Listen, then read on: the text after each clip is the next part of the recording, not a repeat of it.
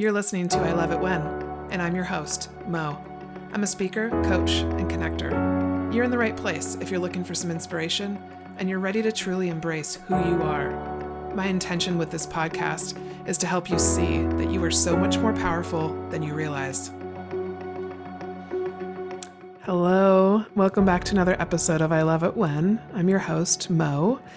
And today is another solo episode about my journey to I Love It When. I had a friend of mine ask me on Marco Polo the other day, which is a video chat app.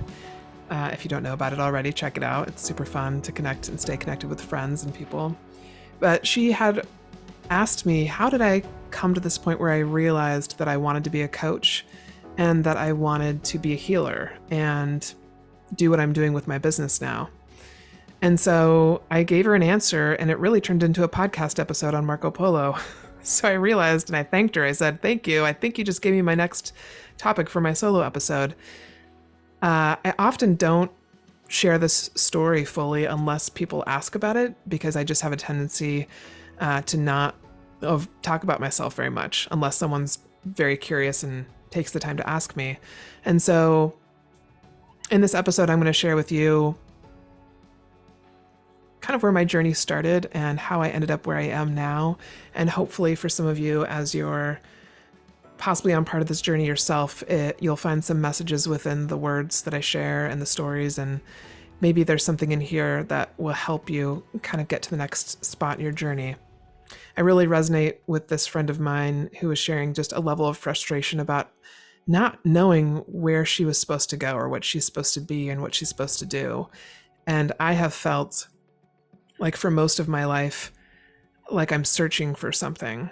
And I got much closer to feeling completely at peace and fulfilled when I started my own business. And I really started following my heart and my intuition versus what anything or anybody said outside of me. That has been the biggest relief, I guess I would say, around finding where I'm meant to be. A big part of where I'm meant to be is just right here with my heart and with the nudges that I get from within. And so I'm an Enneagram 4, for anybody that follows the Enneagram or knows anything about that. And part of what I love about all these different personality assessments and things that you can take to get to know yourself more is it has given me the vocabulary to more accurately explain and share who I am with people. And something about the Enneagram 4 that came up when I first read the description and just resonated so deeply with was this yearning for something and searching your whole life and having this yearning. And it's really this unexplainable feeling. And at the same time, I feel like I can more accurately describe that it's this desire for deep connection and for knowing that I am fulfilling my purpose. That has just always been a very big driver of mine. So I have a bit of an outline for today, but I'm also really leaning into what just comes up and comes out, because people seem to really like when I allow that to happen. And even though I struggle with it as someone who's very efficient and strategic and all of those things when it comes to how I operate, I think part of the beauty in that is that things come up and out that I didn't necessarily plan on saying, but they're there for a reason and a purpose. And that's totally the universe speaking through me, which I encourage and allow to have happen. So when I was a kid, I would say anywhere from like 5, 6 years old to up until I got to college, I really had no idea what I wanted to do. I think I felt like I was just kind of surviving in a lot of ways. And not to say that there wasn't anything bad necessarily happening. I had a beautiful childhood and an amazing family. But I was very sensitive and a very big heart and lots of big feelings. And I wasn't always sure why I had these big emotions and feelings. And so I was really just trying to navigate humans and navigate like, how can I and who can I be my complete self with? And I really felt like with my immediate family, that was sometimes the only place where I felt like I could truly be myself. And so when I got to college and I started to think about, well, what do I want to study? Again, I was looking for what felt good, and sociology and art is what felt good to me, and I couldn't pick one, so I double majored. Totally unnecessary. And now looking back, I recognize again just that inability to find what I felt like was supposed to be a focus. Like everybody kept saying, pick pick something, and I'm like, how can I pick something? I don't know what the job's going to be like. So how can I imagine what I want to study more of? I want to study everything. I want to study people. I want to study humans.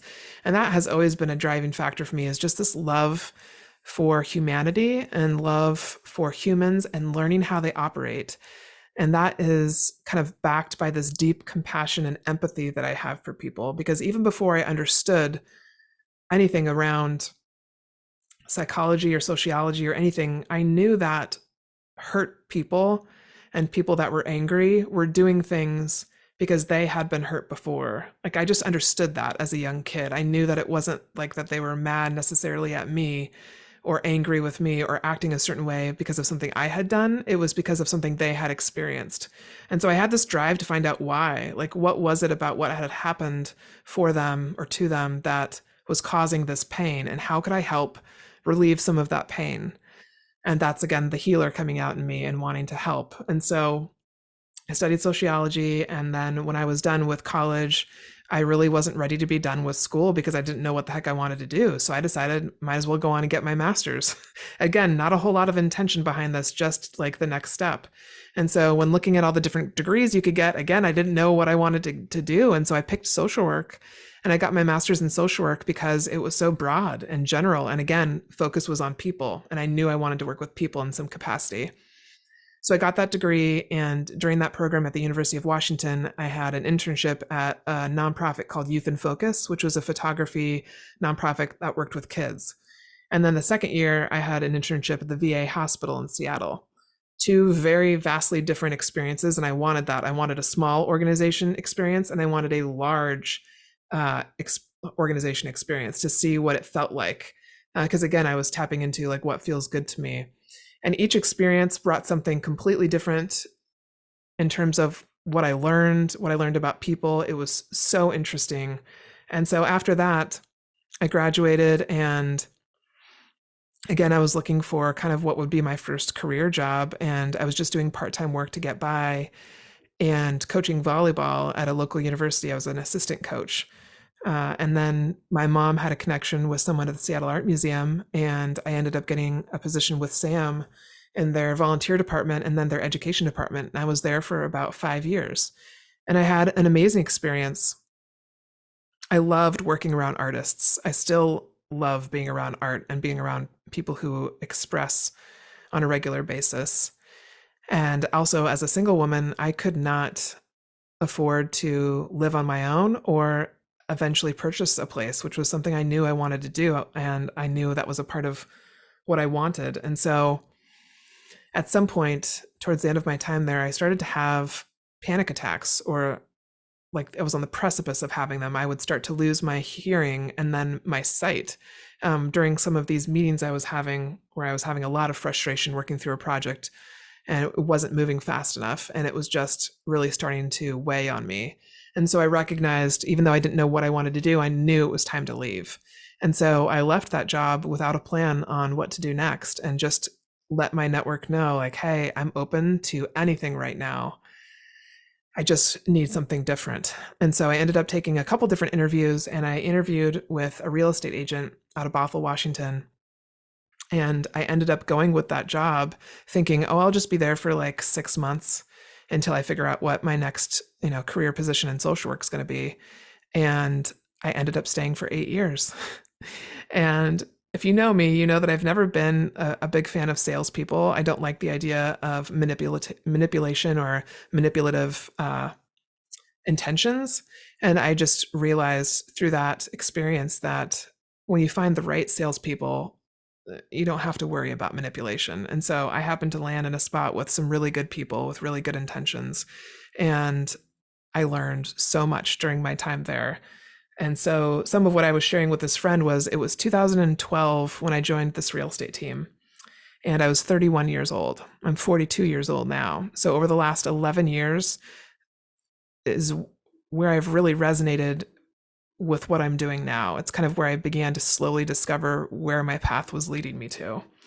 And so after I joined this team, my boss said something to me. He said, "Hey, I think you're going to teach a class about your job in this industry." And I was like, "No way." I had done some teaching while I was at the Seattle Art Museum with the docent program, their tour guide program there. I was teaching them basic computer skills and how to navigate the technology that we were starting to incorporate into our programs. And so I had spoken in front of a group of 100, 150 plus people.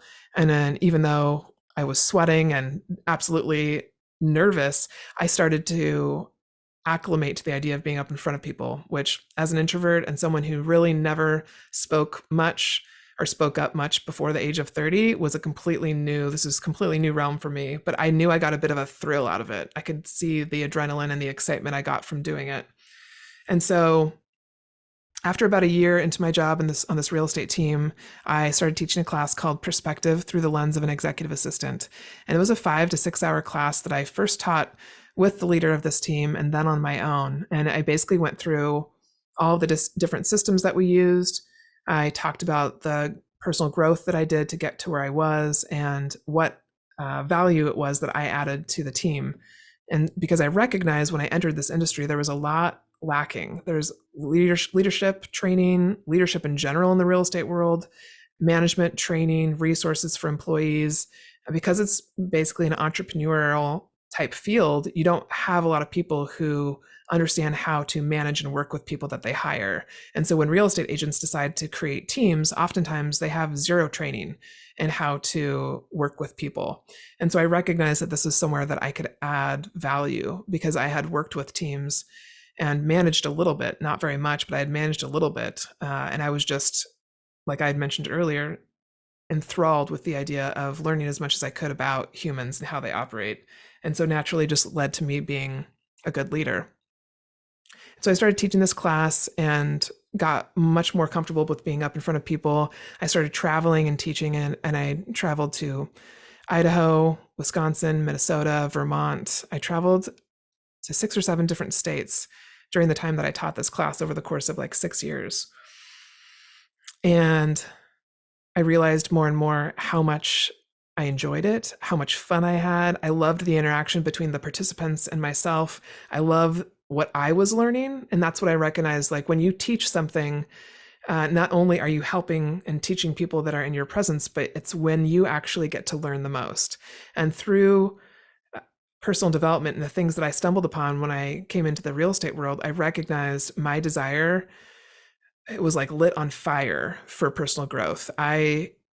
Once that fire started, I remember telling my boss, I was like, there's nothing you can do to stop me now. Like, you have shown me like what's possible. And I've now been introduced to all these books and all these different people who have paved their own path. And I'm addicted to this. Like, this is amazing. Every time I read something, it's like my brain goes, just blows up. And it's like all these new possibilities arrive. And all of a sudden, my world has grown so much bigger and there's so much more possible. And that just got me really excited. And so on my path in this growth and journey of self-development, I recognized that I needed more and I constantly needed more. And so in like 2016, I decided I really wanted a retreat for myself. I wanted a retreat for operations in real estate where I had the opportunity to be exposed to some of the same learning and knowledge and resources that real estate agents got. So oftentimes real estate agents get access to all these conferences and mastermind groups and these opportunities to up level. And I didn't understand why we couldn't have access to the same thing. A lot of real estate agents don't want to pay for coaching for their admin or conferences or and yet we were often asked to run the teams. And so it didn't make sense to me. And so I was like, I want to create something myself. This has got to happen. I want more. And so I decided to create my first retreat called the Pacific Northwest Operations Retreat. And my goal was to bring in 25 to 30 admin who are in top teams, and all level teams from across the US. And so I did my first retreat in 2017 and it was incredible. I brought in Susan Scott, who wrote the book Fierce Conversations. I brought in a local life coach And then I planned out activities and things because I had always loved deep conversation and I had always loved the idea of going on retreat. And so doing something like this came pretty natural to me. I wasn't sure how it would flow until I was there and in that space. And before each retreat, to this day, it doesn't matter how many times I've done it, there's this moment that happens as people are starting to arrive in probably like the first 10 minutes where I'm like, oh my God, what the hell am I doing? Can I really bring value to this group? And I have those moments of questioning to myself happen all the time, not just in those 10 minutes, but right before it begins, I absolutely have this rush of adrenaline and like, is this really going to happen? Am I going to do a good job? And then as it starts unfolding and the people start arriving and I start to see how all of our energy is mixing, I realize, oh yeah, I've set the intention, I've created the space. Now I can settle into it and just go with the flow. And what unfurled that first year was this beautiful community of people who thought they were coming for a real estate admin retreat where we were going to talk about databases, drip campaigns, all these different aspects of being a real estate admin. But what it was what I had always wanted, which is a retreat and a pause and a moment to focus on ourselves and where did we want to grow as humans? Where did we want to grow not only within our positions on our real estate teams, but where did we want to grow personally? And I know so many people were kind of taken off guard by that when they recognized that that's what it was going to be about. And then they also recognized that they desperately needed it. And so since then, I did a retreat every year to the point of like the year before COVID started in 2019, I was planning my next retreat for April 2020, and the tickets sold out in 48 hours. Because by that time, I had done 3 retreats and people knew the value was there. They saw the pictures and the video that happened afterwards, and more than anything, they heard from the attendees how incredible it felt and how much value there was and how like over the top value and what the energy was like. And so people were like, all right, I'm in, I want to do this. And then COVID happened and I ended up having to shift that retreat online. And so through doing that, I recognized I am really good at holding space for people, meaning I can create a really safe container, a safe space where people can open up, be vulnerable, and share some truths that they don't normally get to share with people. And when you create a space like that, it is so highly valued. And so I recognized at that point, as I was doing these retreats, this is something I could do forever. This is something I could do always, no matter what I'm doing. I love bringing people together and seeing all these connections be made. Like when someone's brain lights up with new information, I love seeing that happen. And so I love exposing people to new teachers, new ways of being, new ways of thinking. And so I am constantly now as a coach, right? One of the reasons I love being a coach is it's my job and responsibility, I believe, to go out, find new information, see how it helps me, and filter that through to the people that I work with. So the people that work closest with me, my one-on-one coaching clients or my small group coaching clients or the people who come to my retreats, are the people who benefit from that action that I take. And I am relentless when it comes to learning because I know there is so much that I don't know. And every time I learn something new and pass it on to someone, I see how it benefits them. And that brings me just this surge of joy and energy, and it benefits me. I mean, that's one of the most beautiful things is the more I have gotten into this journey and allowed myself and given myself permission to explore and be curious, the more happiness, the more peace, the more fulfillment I've felt. All of that. And when you have that, you can then act from a place of peace. And you're a very different person when you are acting or responding from a place of peace and a place of love versus fear and scarcity. And I recognize now looking back, I was really just reacting from a place of like, oh my God, what am I supposed to do? Where am I supposed to go? How am I going to make money to support myself? And now I move from a place of certainty, compassion, empathy, love, and heart. I make business decisions that way. I finally am allowing myself to claim and share that my feelings are valid, my intuitive nudges are valid, they're real, and they have made me what I am today. I am successful because of that. And that brings me so much joy and so much just pride in what I do. And I'm so proud of myself for never giving up on myself. So, towards the end of my time on that real estate team, I also started a podcast with my boss called Finally Clicked, which you can still find now on Apple Podcasts. And we did that podcast for about a year and a half and had some fantastic episodes on there that, again, I was introduced to something that I thought to myself, I could do this all day long. I love learning from people. I love bringing on guests and learning something through this platform. So you can see through the 8 years that I had there, I didn't know that I was going to love teaching, but I decided to try it. And so I learned that I love to speak and I love to teach. I learned that I love retreats. I didn't know I was going to absolutely love them when I started. I just knew I wanted an experience like that. I learned that I really loved podcasting. And so it was just through trying and through experimenting and through allowing myself to play that I happened upon some of these mediums that I wouldn't have known I would love otherwise. So I wish I could go back to myself when I was, 13, 14, 15 and just say, try everything, try it all. And that's what I tell teenagers whenever I meet with them and they ask me like, hey, what do you do and why do you do it? I share with them like, for me, it doesn't matter what you get your degree in. You don't even have to get a degree, in my opinion. You don't have to go to college.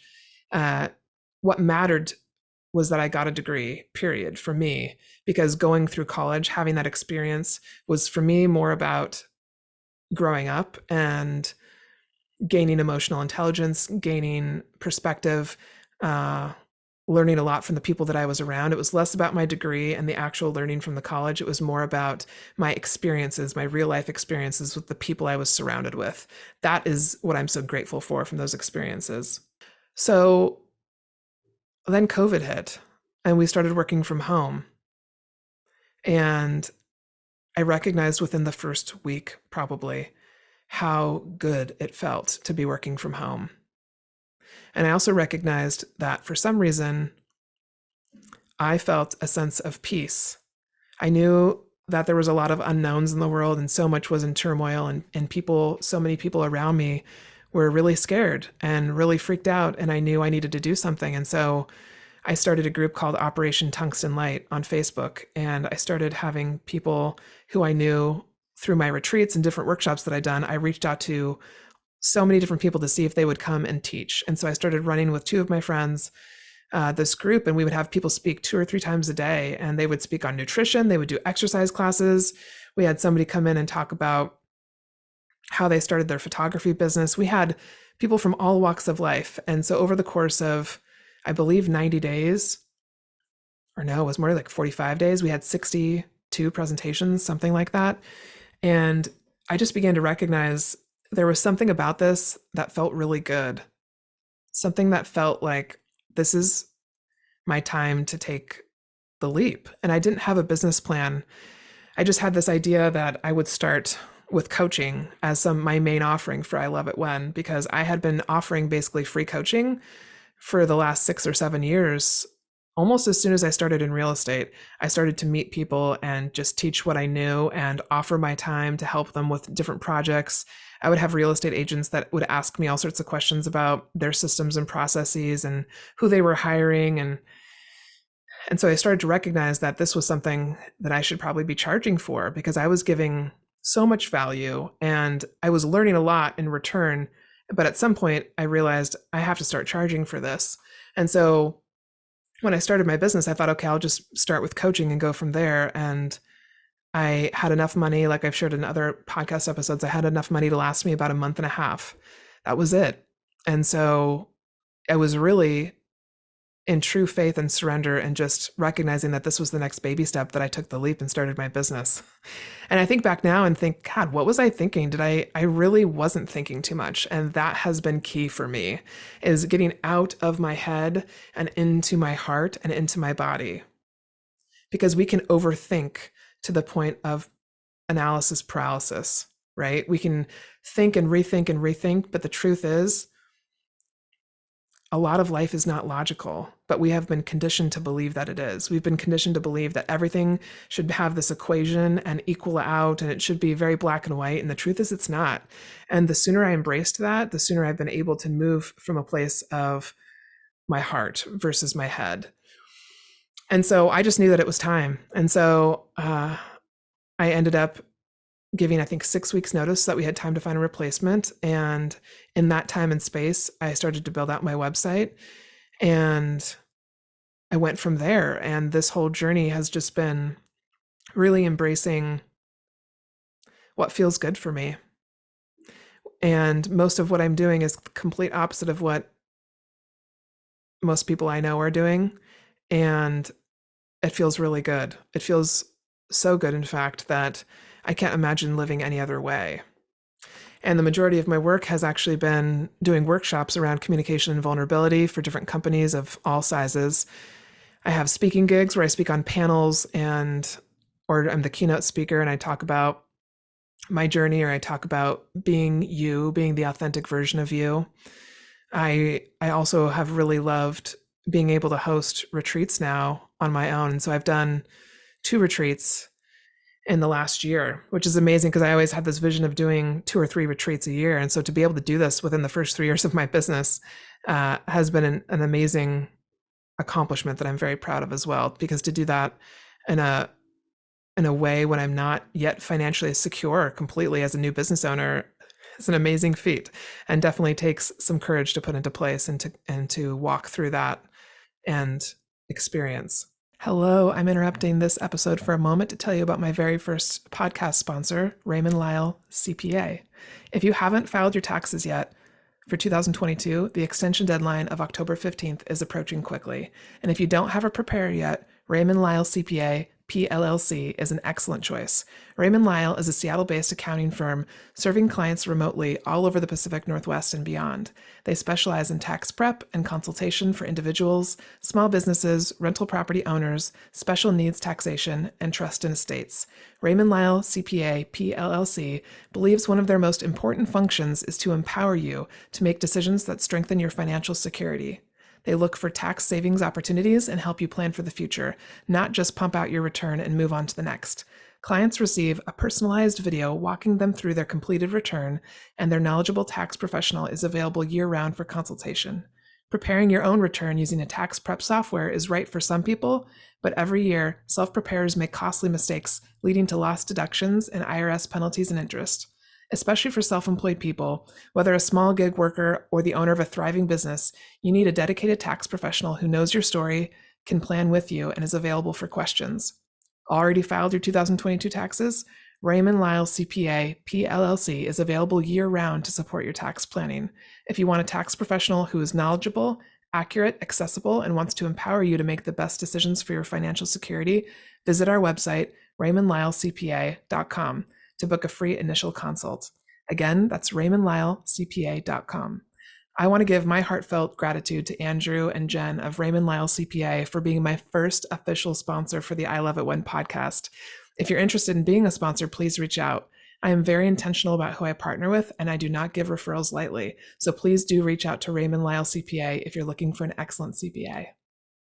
So over the course of 11 years, it's always been about the next baby step. It's always been about what do I want to do 5 years down the line, but what do I want to do right now? And what's the next step that I can take to move towards that?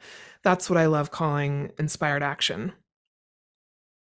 So about a year ago when I started this podcast, I knew I always wanted to have a podcast, but I didn't know when I was going to start it. And starting in like April, March of that year, I started thinking, what's the next step for me in my business? And I just kept seeing podcast, just the word podcast in my head. And I thought, well, this doesn't make any sense. Like, I don't want to do the production myself. So that means I'm going to have to find the money to pay someone to do that. I don't necessarily have that yet. And I just recognized though that this was what I was supposed to do. And so there was a month when I had a little extra cash, and I put that towards the launch of my podcast. And I know this is something that's supposed to be out there. And so I just went with the faith and the knowledge and the knowing within me that this was my next step. I just took the step and did it, not knowing how it was all going to play out.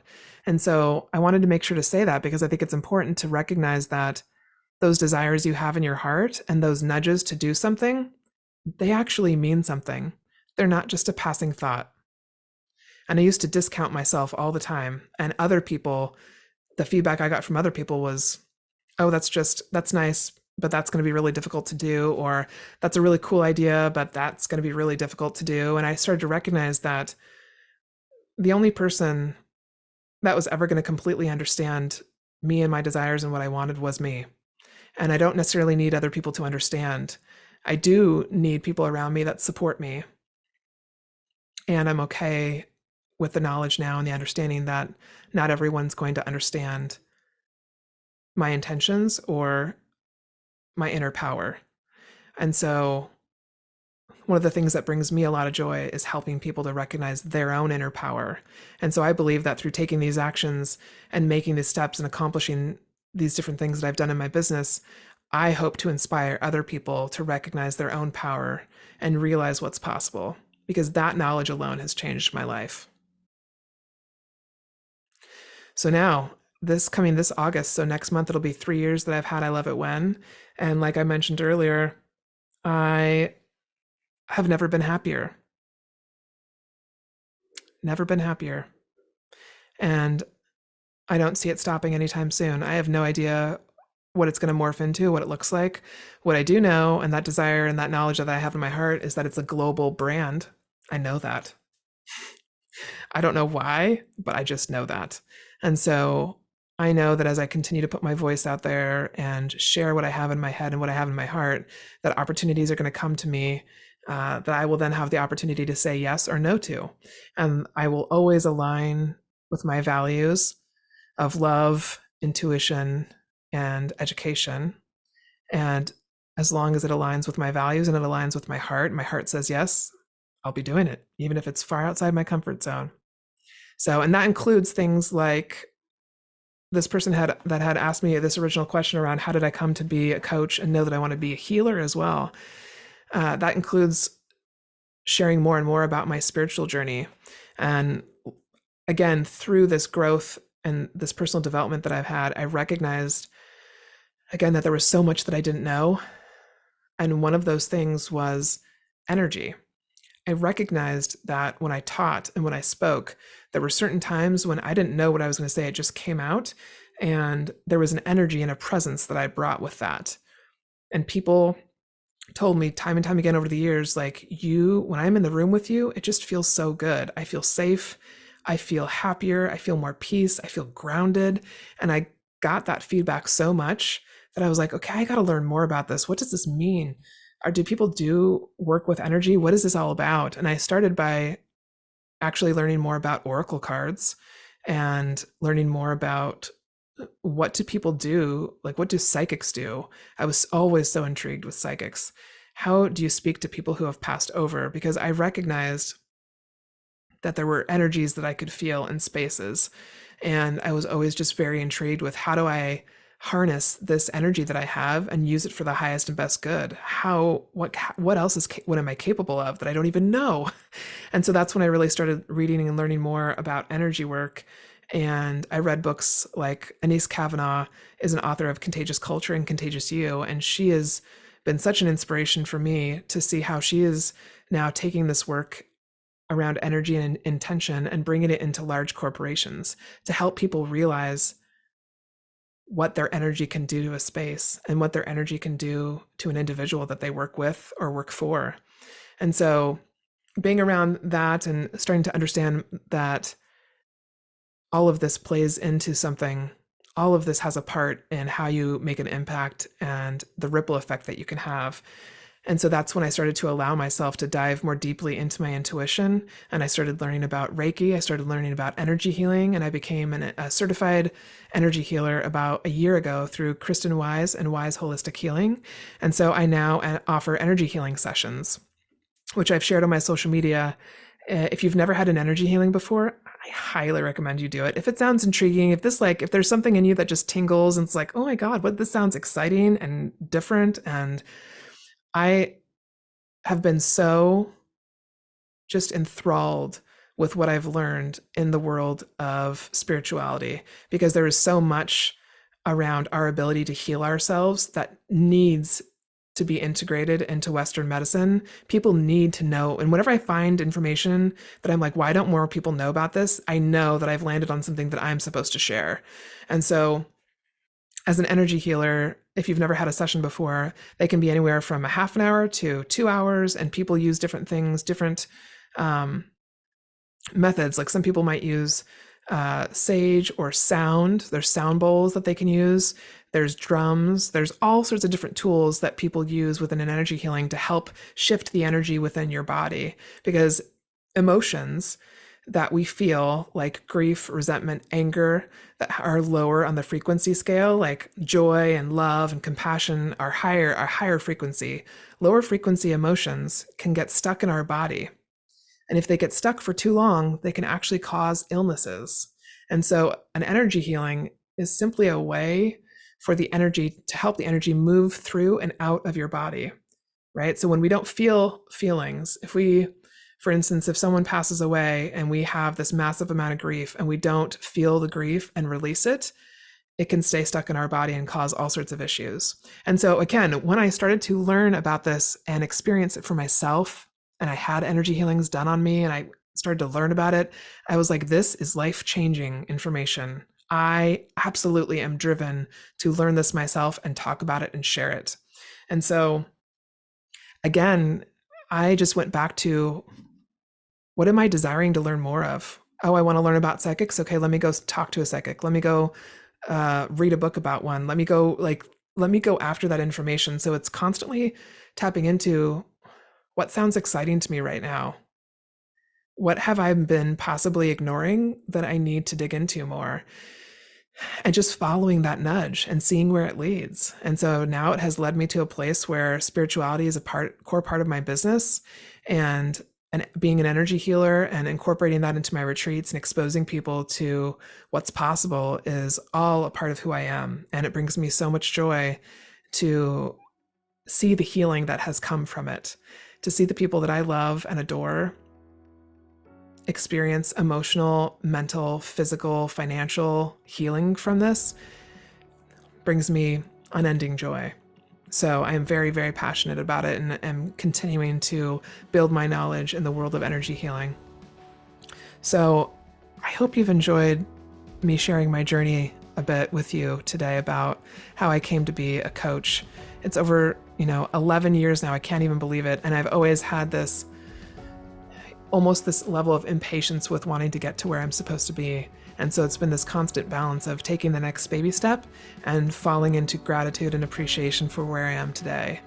So I really encourage you, if you're in a place where you're not happy with where you're at, to really spend some time alone in reflection for a weekend, if you can do that, 2 days away from everything and everyone, and really tap into, what have I been interested in that I haven't allowed myself to explore? How often during the day are you saying yes to things that you don't really want to say yes to? That's one of my favorite activities to give my coaching clients, is to track for 2-3 days how many times they say yes to things they don't really want to do. One of the things that helped me to realize how much I was doing for other people versus myself. It was not an equal exchange. I was spending most of my days and most of my life trying to make everyone else around me happy and leaving myself last, which did not actually help the situation, just created a lot of resentment and made me an unhappy person, which then was not so much fun for other people to be around. So I really encourage you to take a look at what brings you joy and what you want more of, and give yourself permission to chase after that. Thank you all for being here today. And if you have any questions about my journey, or if there's any parts that you want me to go deeper into, please leave a comment on this episode. And every single review that you leave for me is absolutely a joy to read. So please find me on Apple Podcasts and leave me a review for the show and let me know what you want to learn more about. I'd be happy to do some more mini solo episodes on different topics. So thank you. Have a great day.